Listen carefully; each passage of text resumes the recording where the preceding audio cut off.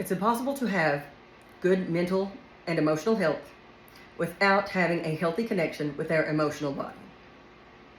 Now, what do I mean? A healthy connection with our emotional body means that I have a relationship with my emotional body in which I'm able to recognize emotions within my body, because emotions are felt in our body. They begin as sensations within our body here, and then they can branch out to certain behaviors that we might recognize in the rest of our body.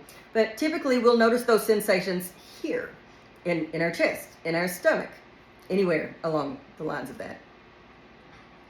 So a good relationship with my emotional body means that I am able to connect with my emotional body, and I'm able to receive messages from my emotional body and be open to interpreting them.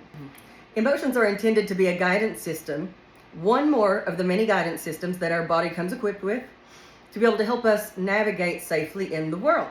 A specific consequence to having a poor relationship with our emotional body means that we aren't nurturing ourselves. And often we aren't able to experience satisfaction in life. Because how do I know what's satisfying? How do you know what matters to you? You feel it. If I can't feel it, I don't know what matters to me. If I can't feel when something matters to me because it's not okay to have emotions, and because I don't know how to listen to those messages, I'm in trouble. I can live a life, I can function in life, but without the spark or the zest, the good stuff, right? The way that it feels. Our emotions are fuel. Emotions are intended to help motivate and move us. The word emotion, the major part of that word is motion. And that's because a connection with our emotional body will also increase our motivation to do certain things. Because again, our emotions are part of a guidance system within our body. I tend to be a very passionately driven person. And without that passionate spark towards something, I'm not very likely to do it, honestly.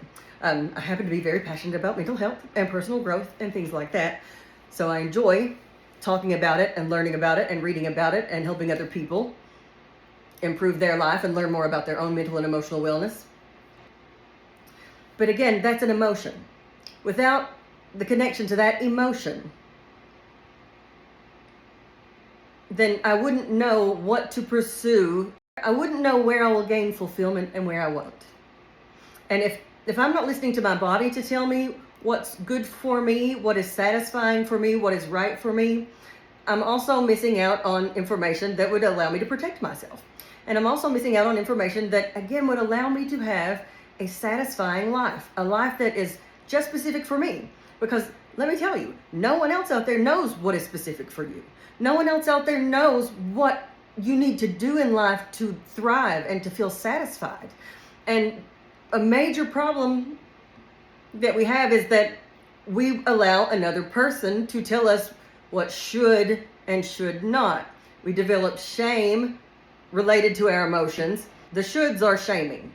So anytime you are self-talking and there's a should coming out, really evaluate that. Who says? Who says that it should? Should it really? I don't know. Maybe it should. Maybe it shouldn't. I don't know. Only you know that though. And so while we're healing, part of that healing, if we started in adulthood, means that we are going to have to unlearn a lot of the messages that we were given, because unfortunately we were probably given messages that aren't supportive of good emotional health. And it's not because the people we learned from were bad people. Only in the last few generations has it become okay to recognize them and acknowledge them and talk about them.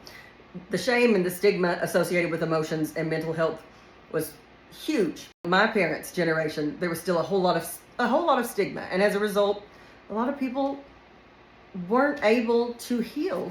They were able to live a life and go through the motions of life, but they weren't able to feel and engage in life. And we have the right to do that. You have the right to live a life that is satisfying to you. You have the right to live a life that really speaks to your soul and your spirit, even if nobody else understands it. Most people don't understand the things that I do, and that's okay. That's okay. I accepted a long time ago that people may not understand me. And lucky for me, somewhere along the line, I decided to lean in more on my own discernment than the discernment of the people around me.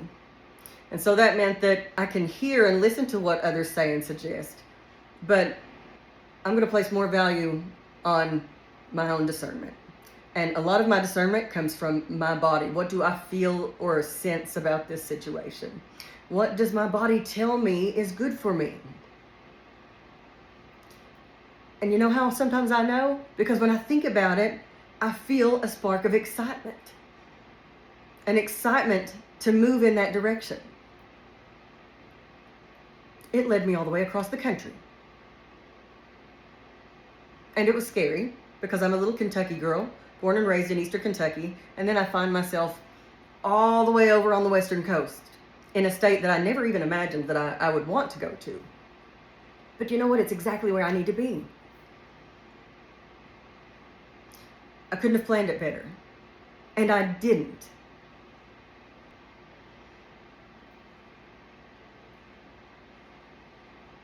One of the primary things within therapy that I hope to impart upon the person in front of me is that they learn to connect with, to create that healthy relationship with their emotional body.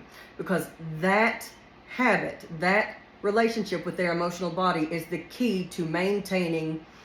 As if we have a good relationship with our emotional body, if I can identify what my emotions are, I'm allowed to have emotions. I don't shame them or judge them and block them. I'm able to accept what my emotions are. I have basic distress tolerance, so I can actually tolerate difficult or uncomfortable emotions to some degree. I have other healthy tools to manage and process certain emotions.